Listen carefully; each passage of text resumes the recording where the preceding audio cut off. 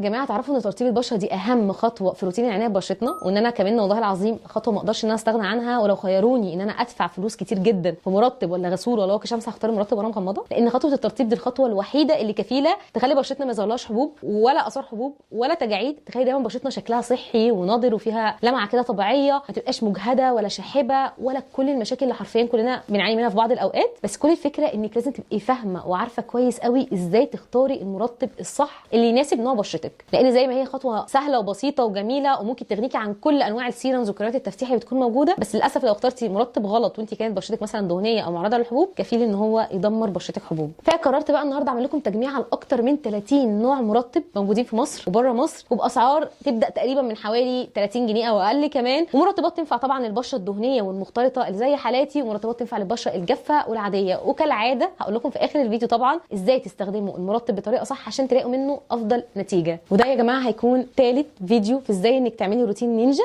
للعنايه ببشرتك. عملنا اول فيديو كان اكتر من 20 غسول لجميع انواع البشره، وعملنا تاني فيديو عن واقيات الشمس، والفيديو الثالث بتاع النهارده هيكون عن المرطبات. وبالثلاث فيديوهات دول انت كده هبقى معاكي روتين كامل لبشرتك. انت عرفتي ازاي تستخدمي كل منتج صح عشان ما تشتري المنتج يكون معاكي دليل شامل حرفيا ترجعي له وقت ما تجيبي المنتج عشان تاخدي اقصى نتيجه من المنتج. انا والله العظيم بجد سلسله الفيديوهات دي يعني تعبتني قوي ذهنيا وكتصوير. يعني انا ممكن اقعد في الفيديو اللي انا بطلعه لكم 8 دقائق 10 دقائق، ده والله العظيم اكتر من ساعه الا ربع فعلا بصوره علشان اجمع كل الافكار اللي انا اقولها لكم. فاتمنى بجد تكون السلسله انتوا استفدتوا منها وشفتوا منها نتيجه حلوه، ولو فعلا السلسله دي عجبتكم يا ريت انكم تعرفوا اصحابكم كلكم بيها وتبعتوها لهم علشان فعلا يستفيدوا وعلشان انا اتبسط ان مجهودي ده ما راحش على الفاضي. بصوا بقى ده كده جزء من المرطبات لسه محتفظه بالعلب بتاعتها. يعني عايزه اقول لكم ان الثلاثه دول خلصوا، دول لسه فيهم، وفي طبعا انواع كتير جدا جدا انا جربتها بس الحمد لله فاكراها، فهقول لكم برده رايي فيها. بس خليني اقول لكم انا ليه بقول لكم ان خطوه المرطب دي خطوه مهمه جدا، ويعني تكاد تكون اهميتها زي اهميه واقي الشمس ويمكن اكتر، لان مش كل الناس اصلا بتنزل في الشمس. فالمرطب خطوه مهمه ليكي سواء بقى كنتي بتنزلي في الشمس او مش بتنزلي في الشمس. المرطب يا جماعه عباره عن منتج انا بجيبه علشان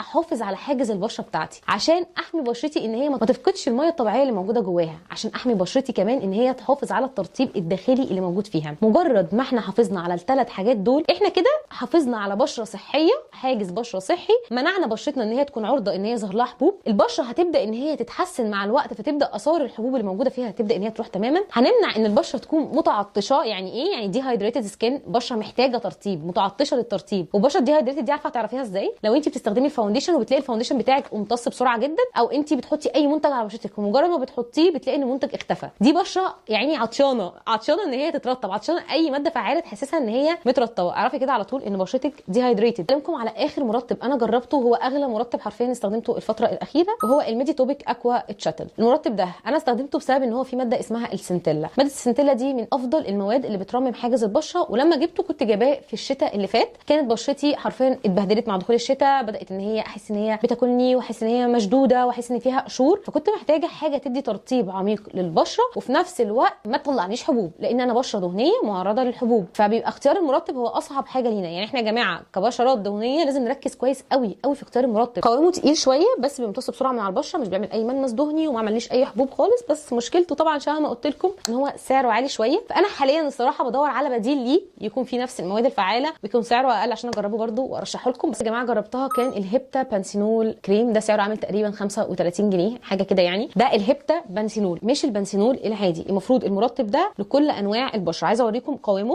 هو قوامه طبعا اخف بكتير جدا جدا من البانسينول العادي. بصوا بيمتص بسرعه جدا من على سطح الجلد، ما عملش اي ملمس دهني. انا الصراحه ما جربتوش فتره طويله، يعني جربته حوالي 10 ايام او حاجه، ما طلعليش في الفتره دي خالص اي حبوب، بس انا حاسه ان انا محتاجه اجربه اكتر من كده. كان كويس جدا جدا معايا كبشره دهنيه، ولو كانت بشرتك جافه او عاديه هيكون مناسب جدا برده معاكي. الكيارا ايموليانت كريم قوامه خفيف جدا، ترطيبه يعتبر متوسط، يعني عايز بشره عاديه بشره جافه بس مش شديده الجفاف، مش مناسب للبشره الدهنيه ولا البشره المختلطه، بس فعلا من الحاجات الحلوه قوي اللي سعرها حلو جدا، اقل اصلا من 100 جنيه، وبجد ما فيهوش اي عطور خالص، ومناسب كمان للبشره الحساسه او الناس اللي بشرتهم تلتهب بسرعه. موندو كريم يعتبر من اشهر المرطبات اللي موجوده في الصيدليات حرفيا، للاسف طلع كتير جدا بس ماشي. قوامه متوسط مش خفيف ومش تقيل، امتصاصه يعني مش اسرع حاجه، في نفس الوقت هو فيه شويه عطور عطور، فانا ما رشحوش للناس اللي بشرتها تكون حساسه. هو حلو قوي قوي يا جماعه للبشره الجافه وللبشره العاديه، ما بحبوش للبشره المختلطه ولا البشره الدهنيه. السيكا لاب كريم ده من الكريمات اللي الفتره الاخيره يا جماعه انتشرت ان هو بديل لكريم السيكا بلاست بتاع لاروش. هو ما فيش اي علاقه ما بين الاثنين، هو للاسف خلصان بس قوامه كان عامل شويه زي المرهم. المفروض المرطب بتاع سيكا لاب كريم ده مش مناسب خالص ليكي كبشره دهنيه او مختلطه في الصيف. مش هتحسي انك مرتاحه، هتحسي ان بشرتك كده مدهننه وبتاع. لا بجد تقيل جدا جدا على البشره، امتصاصه مش سريع. هتجيبيه لو انت بشرتك مثلا عملتي ليزر فيها التهابات، في حروق او حاجه، عشان يهدي معاكي البشره. المرطبات اللي انا جربتها بس مش معايا صور بتاعتها، البيبانسين كريم. البيبانسين كريم ده كان من افضل المرطبات اللي انا جربتها من حوالي 2 أو 3 سنين. بجد ما عملش اي مشاكل في بشرتي، امتصاصه كان سريع قوي قوي قوي. ترطيبه كان حلو لبشرتي في الصيف، ما طلعليش حبوب. بس في الشتاء كان ترطيبه ضعيف بالنسبه لي كبشره دهنيه بتتعرض للجفاف في فصل الشتاء، فهو بالتالي مش مناسب ابدا للبشره الجافه خالص. هو يمشي كويس مع البشره العاديه. مع بعض الناس للاسف بدا ان هو يطلع لهم حبوب تحت الجلد، فبعد ما كنت بحبه قوي وكنت دايما برشحه جدا، بطلت للاسف ان انا ارشحه، علشان قلت انا مش هبقى انا الحاجه الفريده الوحيده في استخدامه، فممكن فعلا ان هو يطلع حبوب لبعض الناس. ممكن تجربي برده وتشوفي رد فعل بشرتك معاه هتكون ايه لو انت مش قادره تجيبي مرطب يكون سعره غالي. جربت بقى برده بعض الانواع كان في فصل الشتاء السنه اللي قبل اللي فاتت، الابيكا مويست، الجينيكا مويست. الاثنين دول مش عارفه هم نفس العيله ولا نفس الشركه ولا لا. الاثنين دول كان ترطيبهم تقيل للبشره، ما عملوليش حبوب في الشتاء، عطوا ترطيب كويس بس امتصاصهم ما كانش اسرع حاجه، وكان قوامهم شويه تقيل. بس الحمد لله عدت معايا على سلام وخير. ممكن تستخدميهم لو انت بشرتك جافه او عاديه صيف او شتاء، هيكونوا كويسين جدا جدا معاكي. من الحاجات برده اللي انا جربتها في الشتاء نفس الشتاء ده لما الاثنين دول خلصوا، الاندوديرما كريم والمويست وان كريم. برده ما طلعليش اي حبوب خالص. الاندوديرما قوامه خفيف قوي، امتصاصه سريع جدا، وفي نفس الوقت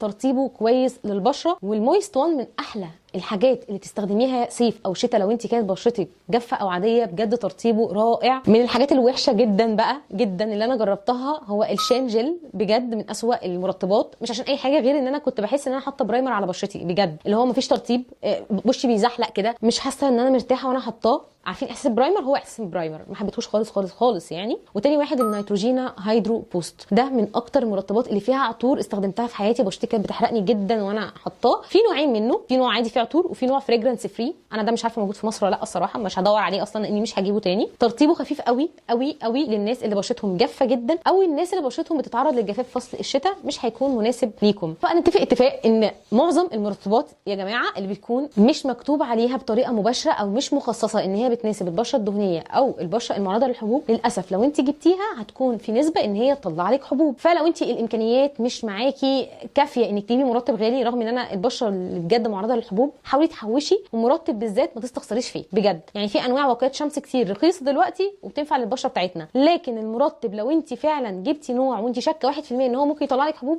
فال1% دي بجد هتضايقك لو بشرتك بقى فيها حبوب، وهتزعلي برده على الفلوس لانك مش عارفه تودي المرطب بتاعك فين. المرطبات اللي انا هقولها لكم دلوقتي دي من اكتر المرطبات اللي انتوا بتسالوني عليها، سعرها اقل من 100 جنيه، فهقول لكم كل واحد فيهم دلوقتي ينفع لانه بشره وبشره ثانيه لا.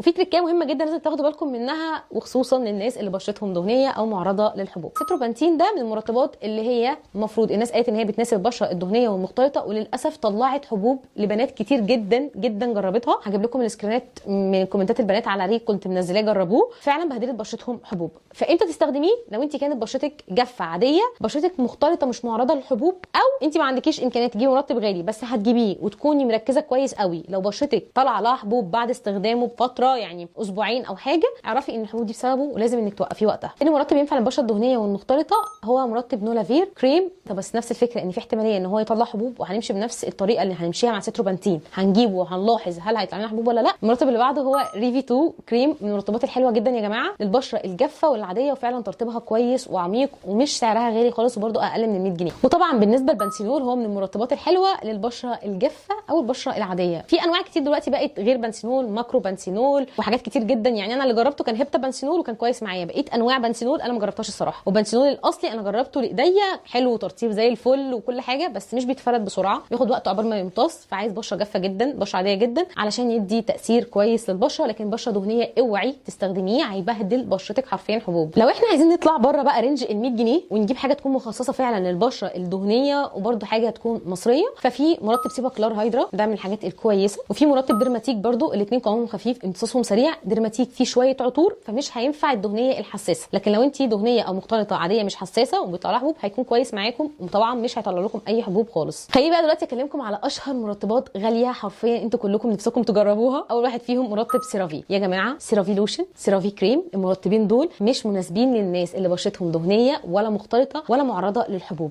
الشركه كاتبه على المرطبات ان هي مرطبات مناسبه للبشره الجافه وشديده الجفاف. مش اي مرطب قوامه خفيف وامتصاصه سريع يبقى مناسب ان احنا نستخدمه طول ما بشرتنا بيطلع لها حبوب. ركزوا كويس قوي في الكلام اللي بقوله لكم، والله ما حد هيقوله لكم، لان مش كل الناس فعلا مهتمه بالنقطه دي. لما حصل دعايه للمنتج فمش كل الناس اللي جربته كانت بشرتها اصلا دهنيه، كان معظم الناس مثلا بشرتها بتكون جافه او عاديه فتقول لك المنتج حلو امتصاصه سريع هيبقى مناسب للبشره الدهنيه. انا بما اني بشره دهنيه فعشان كده دايما بحب ان انا اجرب المنتجات قبل ما اكلمكم عنها، لان انا عارفه لو المنتج ده طلع حبوب فخلاص كده اوت. تاني حاجه مشهوره جدا بجد اللي هو اللاروش سيكابلاست. اللاروش سيكابلاست ده مش مرطب يا جماعه للبشره الدهنيه ولا المختلطه، ده كريم بنستخدمه لو حاجز البشره بتاعنا متدمر بسبب الليزر او حروق او جروح، او بنستخدمه في حالات معينه لو احنا عملنا تقشير او عملنا مثلا ديرمابين في عيادات بنستخدمه مثلا لمده 3 ايام ولا حاجه في الاسبوع وخلاص على كده. لو انت هتستخدميه كبشره دهنيه عادي للترطيب وارد جدا يطلع لك حبوب، قوامه تقيل جدا جدا، مش سهل ان هو يمتص مع البشره، مش هتحسي انك مرتاحه. لكم على اكتر 3 مرطبات انا بحبهم بقى للبشره الدهنيه وسعرهم غالي شويه. اللاروش ايفاكلار اتش تحفه حرفيا، السيتافيل اللي هو للبشره الدهنيه، وثالث واحد اللي هو افين كلينانس، بجد من الحاجات الحلوه قوي لو انت بشرتك دهنيه او معرضه للحبوب او بتستخدمي منتجات تكون بتعالج الحبوب شبه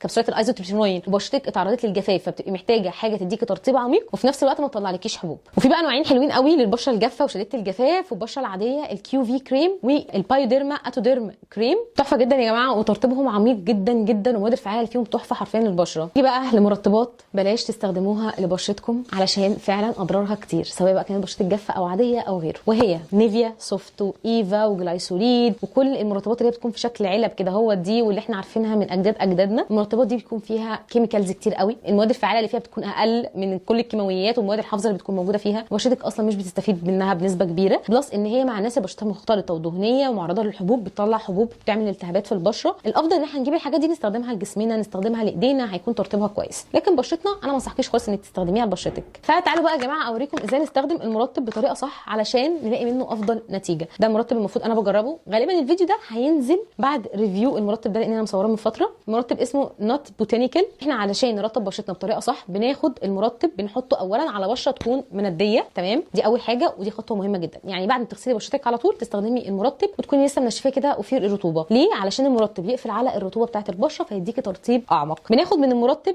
حجم البي سايز بالظبط. البي سايز ده يعني حجم حبه البزله، ده المقدار اللي احنا المفروض ناخده من المرطب، بنحطه على بشرتنا كده بشكل نقط. طب هل المقدار ده ممكن يزيد او يقل؟ ممكن يزيد او يقل على حسب احتياج بشرتك، على حسب المرطب مثلا بيتفرد بسهوله وبيغطي اريا كبيره من بشرتك ولا لا، مساحه كبيره من بشرتك ولا لا. يعني ده حاساه ان هو بيتفرد بسهوله جدا، بيمتص بسرعه جدا، حاسه ان هو غطى مساحه كبيره من البشره، فالحجم اللي انا اخدته من المرطب ده زي الفل وكافي وفعلا عطاني الترطيب في كل اماكن البشره. احنا بنرطب بالطريقه دي ان احنا نوزع المرطب كده، تمام؟ هتلاقي ان بشرتك بقى فيها نضاره صحيه وشكلها بقى احسن بكتير جدا بجد. عايزاكم بقى تجربوا كل الطرق دي. اللي حضر معانا سلسله الفيديوهات دي من اول فيديو لغايه اخر فيديو يا ريت ان هو يقول لي في الكومنتات. وبس وبكده نكون وصلنا لاخر الفيديو. وكالعاده لو الفيديو عجبكم ما تنسوش انكم تعملوا لايك وتشاركوا الفيديو ده مع صحابكم، وباي باي.